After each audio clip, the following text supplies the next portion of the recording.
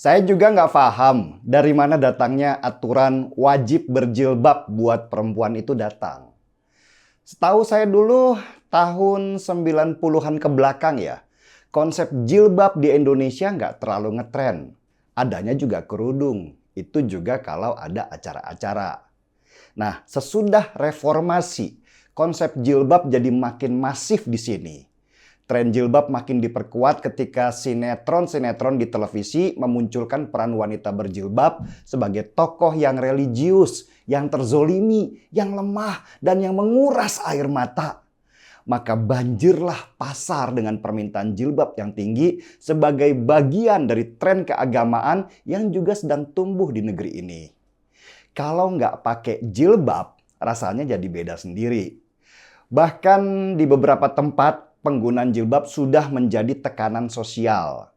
Apalagi ditambah penggunaan ayat-ayat, sehingga penggunaan jilbab jadi tuntutan tersendiri sebagai bagian dari kepatuhan terhadap Tuhan. Makin kuatlah tekanan kepada wanita untuk menggunakan jilbab. Wanita seperti dikepung dari segala penjuru dengan perintah penggunaan jilbab. Dari sinetron, dari teman, dari kampung, dari pengajian, dan semua aspek tren dan sosial itu ditambah ayat menjadikan jilbab sebagai aksesoris wajib ketika wanita itu mengaku bahwa dirinya adalah muslim. Oke, semakin ke sini, konsep jilbab menjadi semakin eksklusif. Jilbab adalah pembeda seseorang apakah dia itu muslim atau non-muslim. Jadi muncul tudingan kalau mereka yang tidak berjilbab adalah non-muslim. Karena katanya, kalau kamu muslim, kenapa kamu tidak berjilbab? Begitu biasanya pertanyaan sekaligus tuduhan dari lingkar sosial. Tudingan ini lucu sebenarnya. Karena jilbab itu bukan urusan agama tertentu. Buktinya, para biarawati di Katolik juga semuanya pakai jilbab. Kalangan Yahudi Ortodoks dan Kristen Koptik juga wanitanya berjilbab. Dan ketika wanita Muslim, wanita dari Kristen Koptik dan Yahudi Ortodoks difoto bersama, lalu apa yang membedakan pakaian mereka dengan agama mereka? Gak ada kan? Mereka semua sama-sama berjilbab meski agamanya berbeda. Inilah yang gak banyak diketahui oleh orang awam yang menjadikan jilbab sebagai aksesoris keagamaan. Yang menarik lagi, ketika Indonesia yang tadinya moderat mendadak menjadi religius dengan penggunaan jilbab sebagai identitas agama, di negara yang dulunya religius mendadak jadi moderat dan tidak mewajibkan jilbab sebagai penutup kepala. Arab Saudi contohnya, di bawah kepemimpinan Muhammad bin Salman, berubah jadi moderat dengan tidak mewajibkan jilbab kepada wanita. Dan para wanita di Arab Saudi berlomba-lomba membuka jilbabnya dan memotong pendek rambutnya mengikuti tren di sana. Ketika Indonesia menjadi religius dengan mengikuti Arab Saudi yang dulu dipimpin oleh ulama-ulama konservatif, Saudi malah mengikuti tren barat dengan berpatokan pada ulama-ulama moderat. Saya sih nggak ingin membahas wajib atau tidaknya berjilbab. Karena sejak lama saya sudah berpandangan bahwa jilbab itu adalah pilihan, bukan kewajiban. Agama buat saya bukan aksesoris, tetapi jalan menuju kebaikan. Yang dinilai dari manusia adalah perbuatan, bukan pakaian. Saya hanya ingin bercerita tentang bagaimana pemaksaan terhadap aksesoris keagamaan ini dipaksakan kepada banyak siswi di sekolah negeri. Pandangan konservatif bahwa wanita wajib berjilbab ini sedang melanda banyak sekolah negeri di Indonesia. Aturan, baik yang tertulis maupun tidak, sedang dibangun oleh sekelompok orang yang bergelar kepala sekolah, juga guru, supaya murid-muridnya yang wanita wajib berjilbab.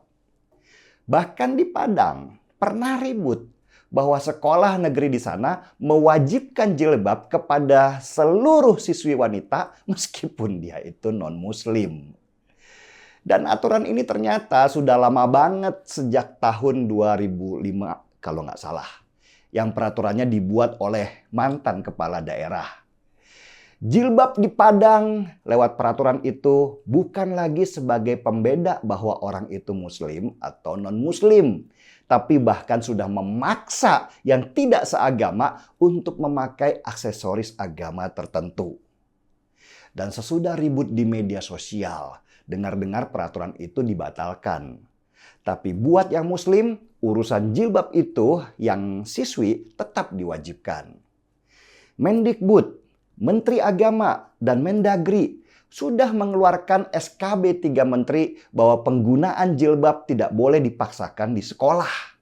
Tetapi pelaksanaannya tetap saja terjadi di banyak sekolah negeri karena daerah punya kebijaksanaannya masing-masing. Sebagai catatan ya, dunia pendidikan kita itu bukan institusi yang terpusat akibat adanya otonomi daerah. Sehingga bahkan kementerian pun sulit untuk menjangkau ke sana tanpa ada kesepakatan dengan Kementerian Dalam Negeri. Dan akibat pelaksanaan wanita berjilbab yang masif ini, akhirnya daerah seperti di Bali melakukan perlawanan. Mereka memaksakan semua siswi tidak boleh berjilbab di tahun 2014 lalu. Nah, ini yang bahaya. Terjadi pengkotakan siswa berdasarkan apa aksesorisnya, apa agamanya. Dan ini adalah bibit menuju kehancuran negeri karena siswa yang kelak akan menjadi orang-orang besar ini sudah mulai eksklusif dan terpisah karena agama. Apa yang dilakukan oleh Sri Sultan Hamengkubuwono X dengan membebas tugaskan kepala sekolah yang mewajibkan siswi di sekolah negeri di Bantul karena memaksa dia untuk berjilbab patut diapresiasi. Kepala daerah harus punya otoritas kuat terhadap ancaman perpecahan negara ini yang dimulai dari sekolah-sekolah negeri. Kepala sekolah dan guru di sekolah negeri yang terindikasi ingin membangun perpecahan dengan pemaksaan aksesoris keagamaan wajib kena sanksi. Dan sanksi-sanksi seperti ini harus diperluas supaya jadi peringatan buat seluruh kepala sekolah negeri di Indonesia. Terima kasih Sultan yang sudah bergerak karena pemaksaan jilbab itu berlawanan dengan semangat pluralisme dan kebebasan warga negara. Jujur, saya rindu masa-masa saya SD, SMP, SMA yang semuanya dulu di sekolah negeri. Semua seragam sekolahnya sama. Saya bahkan gak bisa membedakan mana teman saya yang Kristen, mana yang Buddha, mana yang Hindu, malah juga mana yang seagama. Kami semua hanyalah siswa yang tugasnya menuntut ilmu, bukan sibuk terpisah karena agama. Itu masa-masa kecil yang menyenangkan. Tidak ada kebencian, tidak ada eksklusivitas, tidak ada keributan mayoritas dan minoritas. Dan orang-orang yang dulu tumbuh dengan kesamaan seragam inilah yang meneriakan supaya sekolah negeri tetap seperti dulu. Tidak boleh ada kewajiban apapun yang membuat pengkotakan-pengkotakan. Dan saya tumbuh menjadi orang yang moderat dan plural, menghargai semua perbedaan. Meskipun ada juga beberapa teman yang malah ketika dewasa dia tumbuh jadi orang yang sempit wawasannya karena sepertinya dia ingin membayar semua maksiat yang dulu dia pernah lakukan dengan instan. Berharap surga untuk diri sendiri sih boleh-boleh saja.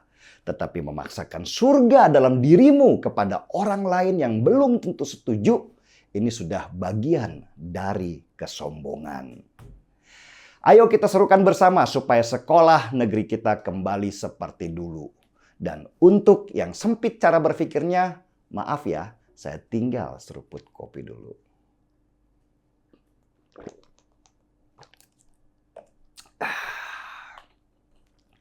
Markibong. Mari kita bongkar semua.